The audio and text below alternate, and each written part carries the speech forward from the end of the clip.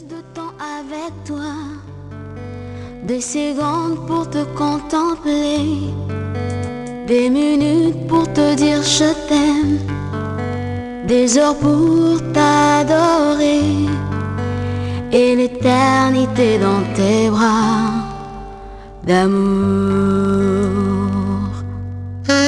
Je veux plus de temps avec toi, des secondes pour te contempler, des minutes pour te dire je t'aime.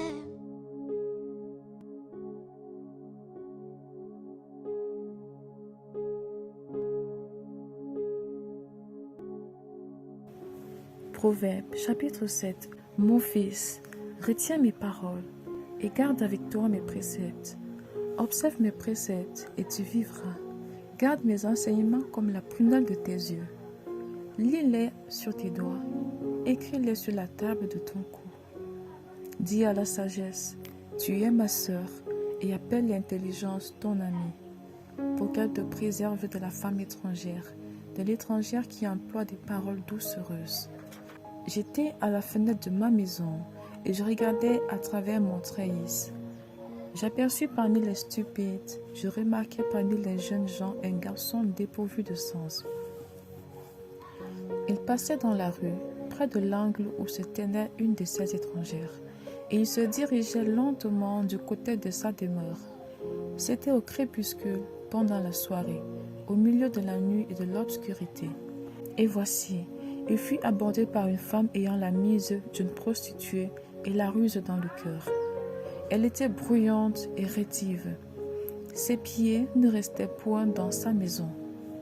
Tantôt dans la rue, tantôt sur les places et près de tous les angles, elle était aux aguets. Elle le saisit et l'embrassa, et d'un air effronté lui dit, « Je devais un sacrifice d'action de grâce. Aujourd'hui, j'ai accompli mes vœux. C'est pourquoi je suis sorti au-devant de toi pour te chercher, et je t'ai trouvé. J'ai orné mon lit de couverture, de tapis de fil d'Égypte. J'ai parfumé ma couche de myrrhe, d'aloès et de cinnamome. Viens, enivrons-nous d'amour jusqu'au matin. Livrons-nous joyeusement à la volupté. Car mon mari n'est pas à la maison, il est parti pour un voyage lointain.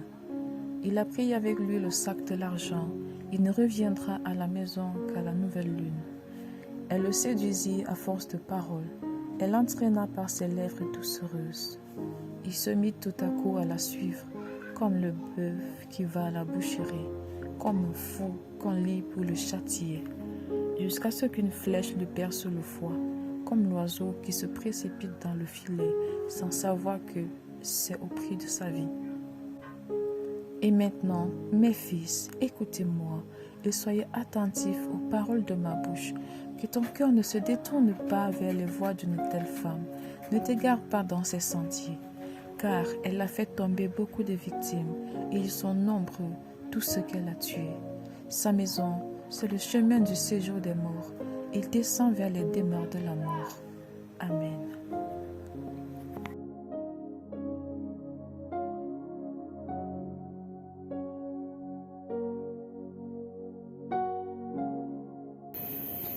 Matthieu chapitre 19. Lorsque Jésus eut achevé ses discours, il quitta la Galilée et alla dans le territoire de la Judée, au-delà du Jourdain. Une grande foule le suivit, et là il guérit les malades. Les pharisiens l'abordèrent et dirent, pour l'éprouver, est-il permis à un homme de répudier sa femme pour un motif quelconque? Il répondit, n'avez-vous pas lu que le Créateur, au commencement, fit l'homme et la femme? Et il dit, c'est pourquoi l'homme quittera son père et sa mère, et s'attachera à sa femme, et les deux deviendront une seule chair. Ainsi, ils ne sont plus deux, mais ils sont une seule chair. Que l'homme donc ne sépare pas ce que Dieu a joint. Pourquoi donc, lui dirent-ils, Moïse a-t-il prescrit de donner à la femme une lettre de divorce et de la répudier? Il leur répondit, c'est à cause de la dureté de votre cœur que Moïse vous a permis de répudier vos femmes. Au commencement, il n'en était pas ainsi. Mais je vous dis que celui qui répudie sa femme, sauf pour infidélité, et qui en épouse une autre, commet un adultère. Ses disciples lui dirent, si telle est la condition de l'homme à l'égard de la femme, il n'est pas avantageux de se marier. Il leur répondit, tous ne comprennent pas cette parole, mais seulement ceux à qui cela est donné. Car il y a des eunuques qui le sont dès le ventre de leur mère, il y en a qui le sont devenus par les hommes, et il y en a qui se sont rendus tels eux-mêmes à cause du royaume des cieux, que celui qui peut comprendre, comprenne. Alors on lui amena des petits enfants, afin qu'il leur imposât les mains et pria pour eux. Mais les disciples les repoussèrent. Et Jésus dit, laissez les petits enfants, et ne les empêchez pas de venir à moi, car le royaume des cieux est pour ceux qui leur ressemblent. Il leur imposa les mains, et il partit de là. Et voici, un homme s'approcha et dit à Jésus, Maître, que dois-je faire de bon pour avoir la vie éternelle? Il lui répondit, pourquoi m'interroges-tu sur ce qui est bon? Un seul est bon. Si tu veux entrer dans la vie, observe les commandements. Lesquels? Lui dit-il. Et Jésus répondit, tu ne tueras point, tu ne commettras point d'adultère, tu ne déroberas point, tu ne diras point de faux témoignages, honore ton père et ta mère, et tu aimeras ton prochain comme toi-même. Le jeune homme lui dit, j'ai observé toutes ces choses, que me manque-t-il encore? Jésus lui dit, si tu veux être parfait, va, vends ce que tu possèdes, donne-le aux pauvres, et tu auras un trésor dans le ciel. Puis viens et suis-moi. Après avoir entendu ces paroles, le jeune homme s'en alla tout triste, car il avait de grands biens. Jésus dit à ses disciples, je vous le dis en vérité, un riche entrera difficilement dans le royaume des cieux. Je vous le dis encore, il est plus facile à un chameau de passer par le trou d'une aiguille qu'à un riche d'entrer dans le royaume de Dieu. Les disciples, ayant entendu cela, furent très attristés et dirent, Les disciples, ayant entendu cela, furent très étonnés et dirent, qui peut donc être sauvé? Jésus leur regarda et leur dit, aux hommes cela est impossible, mais à Dieu tout est possible. Pierre, prenant alors la parole, lui dit, voici, nous avons tout quitté et nous t'avons suivi. Qu'en sera-t-il pour nous? Jésus leur répondit, je vous le dis en vérité, quand le Fils de l'homme, au renouvellement de toutes choses, sera assis sur le trône de sa gloire, vous qui m'avez suivi, vous serez de même assis sur 12 trônes, et vous jugerez les 12 tribus d'Israël.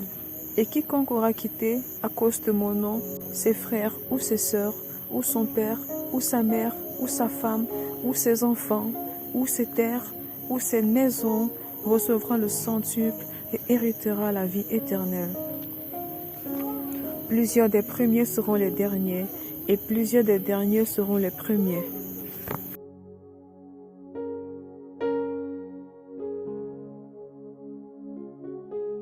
Matthieu, chapitre 20. Car le royaume des cieux est semblable à un maître de maison qui sortit dès le matin, afin de louer les ouvriers pour sa vigne.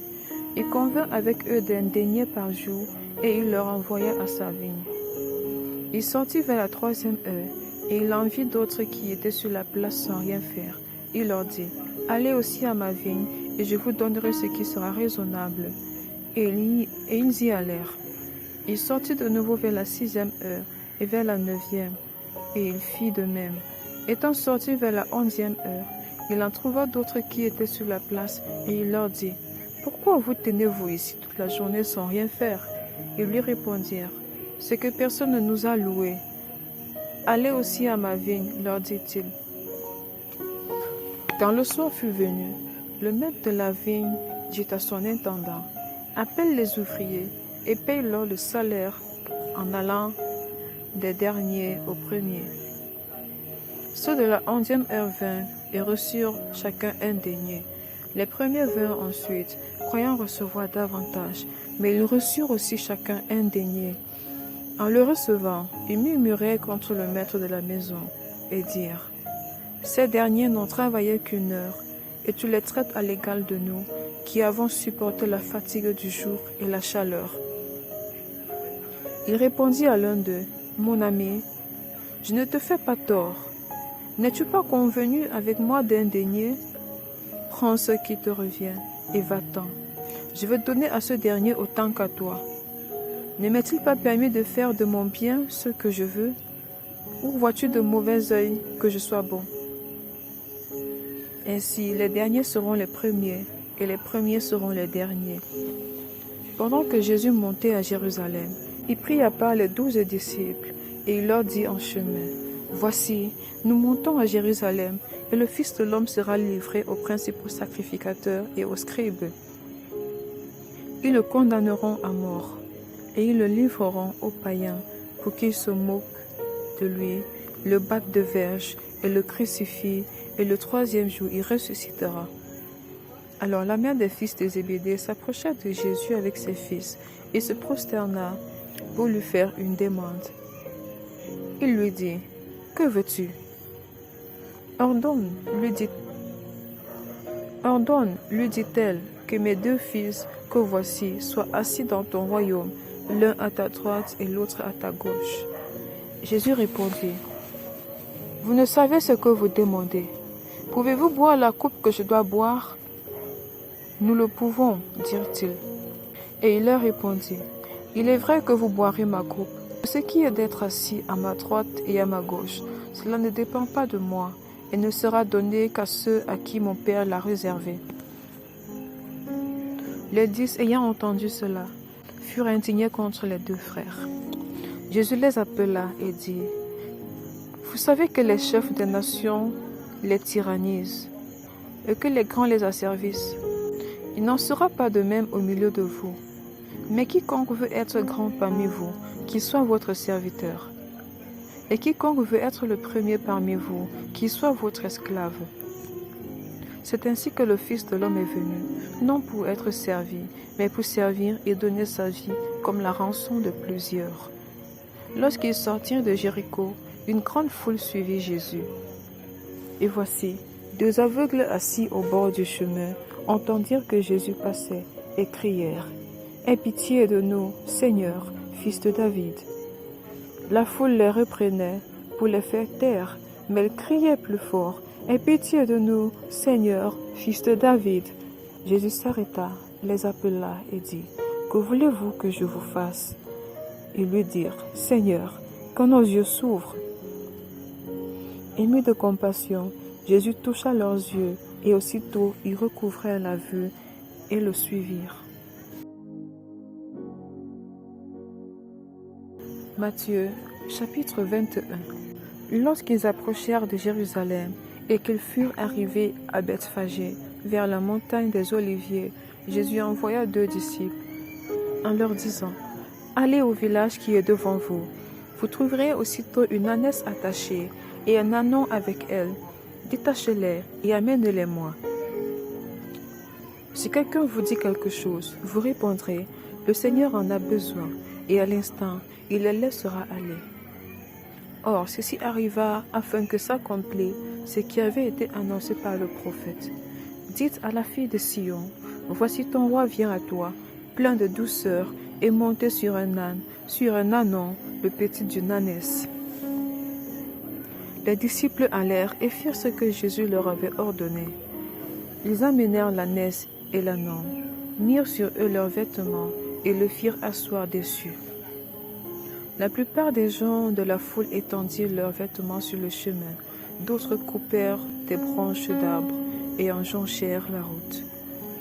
Ceux qui précédaient et ceux qui suivaient Jésus criaient « Hosanna au fils de David, béni soit celui qui vient au nom du Seigneur, Hosanna dans les lieux très hauts. » Lorsqu'il entra dans Jérusalem, toute la ville fut émue et l'on disait « Qui est celui-ci » La foule répondait « C'est Jésus, le prophète de Nazareth en Galilée. » Jésus entra dans le temple de Dieu. Il chassa tous ceux qui vendaient et qui achetaient dans le temple. Il renversa les tables des changeurs et les sièges des vendeurs de pigeons. Et il leur dit, « Il est écrit, ma maison sera appelée une maison de prière, mais vous, vous en faites une caverne de voleurs. » Des aveugles et des boiteux s'approchèrent de lui dans le temple, et il les guérit. Mais les principaux sacrificateurs et les scribes furent indignés à la vue des choses merveilleuses qu'il avait faites, et des enfants qui criaient dans le temple, « Hosanna au fils de David !» Ils lui dirent, « Entends-tu ce qu'ils disent ?» Oui, leur répond Jésus. N'avez-vous jamais lu ces paroles? Tu as tiré des louanges de la bouche des enfants et de ceux qui sont à la mamelle. Et les ayant laissés, il sortit de la ville pour aller à Béthanie, où il passa la nuit. Le matin, en retournant à la ville, il eut faim. Voyant un figuier sur le chemin, il s'en approcha, mais il ne trouva pas de feuilles, et il lui dit, « Que jamais fruit ne naisse de toi. » Et à l'instant, le figuier sécha. Les disciples qui virent cela furent étonnés et dirent, « Comment ce figuier est-il devenu sec en un instant ?» Jésus leur répondit, « Je vous le dis en vérité, si vous aviez de la foi et que vous ne doutiez point, non seulement vous feriez ce qui a été fait à ce figuier, mais quand vous diriez à cette montagne, « ôte-toi de là et jette-toi dans la mer », cela se ferait. Tout ce que vous demanderez avec foi par la prière, vous le recevrez. » Jésus se rendit dans le temple, et pendant qu'il enseignait, les principaux sacrificateurs et les anciens du peuple vinrent lui dire, « Par quelle autorité fais-tu ces choses? Et qui t'a donné cette autorité ?» Jésus leur répondit, « Je vous adresserai aussi une question, et si vous m'y répondez, je vous dirai par quelle autorité je fais ces choses. Le baptême de Jean, d'où venait-il? Du ciel ou des hommes? » Mais ils raisonnèrent ainsi entre eux. « Si nous répondons du ciel, il nous dira, pourquoi donc n'avez-vous pas cru en lui? Et si nous répondons des hommes, nous avons à craindre la foule, car tous tiennent Jean pour un prophète. » Alors ils répondirent à Jésus, « Nous ne savons. » Et il leur dit à son tour, « Moi non plus, je ne vous dirai pas par quelle autorité je fais ces choses. » Que vous en semble? Un homme avait 2 fils, et s'adressant au premier, il dit, « Mon enfant, va travailler aujourd'hui dans ma vigne. » Il répondit, « Je ne veux pas. » Ensuite, il se repentit, et il alla. S'adressant à l'autre, il dit la même chose, et ce fils répondit, « Je veux bien, Seigneur, » et il n'alla pas. Lequel des 2 a fait la volonté du Père? Ils répondirent, « Le premier. » Et Jésus leur dit, « Je vous le dis en vérité, les publicains et les prostituées vous devanceront dans le royaume de Dieu. Car Jean est venu à vous dans la voie de la justice, et vous n'avez pas cru en lui. Mais les publicains et les prostituées ont cru en lui. Et vous, qui avez vu cela, vous ne vous êtes pas ensuite repentis pour croire en lui. » Écoutez une autre parabole. Il y avait un homme, maître de maison, qui planta une vigne. Il l'entoura d'une baie. Il l'entoura d'une haie et creusa un pressoir et bâtit une tour. Puis il la ferma à des vignerons et quitta le pays. Lorsque le temps de la récolte fut arrivé, il envoya ses disciples vers les vignerons pour recevoir les produits de sa vigne. Les vignerons s'étant saisis de ses serviteurs, battirent l'un, tuèrent l'autre et lapidèrent le troisième. Il envoya encore d'autres serviteurs, en plus grand nombre que les premiers, et les vignerons les traitaient de la même manière. Enfin, il envoya vers eux son fils en disant, « Ils auront du respect pour mon fils. » Mais quand les vignerons virent le fils, ils dirent entre eux, « Voici l'héritier, venez, tuons-le et emparons-nous de son héritage. » Et ils se saisirent de lui, le jetèrent hors de la vigne et le tuèrent. Maintenant, lorsque le maître de la vigne viendra, que fera-t-il à ces vignerons? Il lui répondit, il fera périr misérablement ces misérables, et il affermera la vigne à d'autres vignerons, qui lui en donneront le produit au temps de la récolte.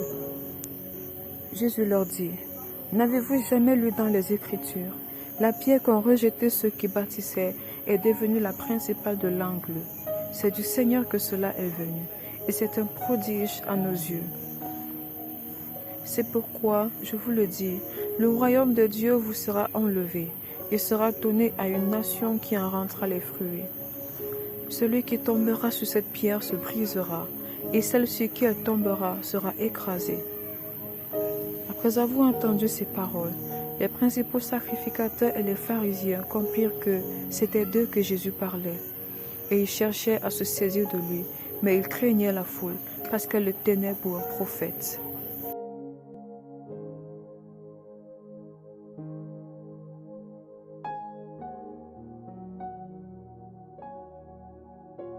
Psaume chapitre 17. Prière de David. Éternel, écoute la droiture, sois attentif à mes cris. Prête l'oreille à ma prière faite avec des lèvres sans tromperie. Que ma justice paraisse devant ta face. Que tes yeux contemplent mon intégrité. Si tu sondes mon cœur et si tu le visites la nuit, si tu m'éprouves, tu ne trouveras rien. Ma pensée n'est pas autre que ce qui sort de ma bouche. À la vue des actions des hommes, fidèles à la parole de tes lèvres, je me tiens en garde contre la voix des violents. Mes pas sont fermes dans tes sentiers, mes pieds ne chancellent point. Je t'invoque, car tu m'exauces. Ô Dieu, incline vers moi ton oreille, écoute ma parole. Signale ta bonté, toi qui sauves ceux qui cherchent un refuge, et qui par ta droite les délivres de leurs adversaires. Garde-moi comme la prunelle de l'œil, protège-moi à l'ombre de tes ailes, contre les méchants qui me persécutent, contre mes ennemis acharnés qui m'enveloppent. Ils ferment leurs entrailles, ils ont à la bouche des paroles hautaines. Ils sont sur nos pas, déjà ils nous entourent, ils nous épient pour nous terrasser. On dirait un lion avide de déchirer, un lionceau aux aguets dans son repère. Lève-toi, Éternel, marche à sa rencontre, renverse-le, délivre-moi du méchant par ton glaive. Délivre-moi des hommes par ta main, Éternel, des hommes de ce monde. Leur part est dans la vie, et tu remplis leur ventre de tes biens. Leurs enfants sont rassasiés, et ils laissent leur superflu à leurs petits-enfants. Pour moi, dans mon innocence, je verrai ta face dès le réveil. Je me rassasiai de ton image.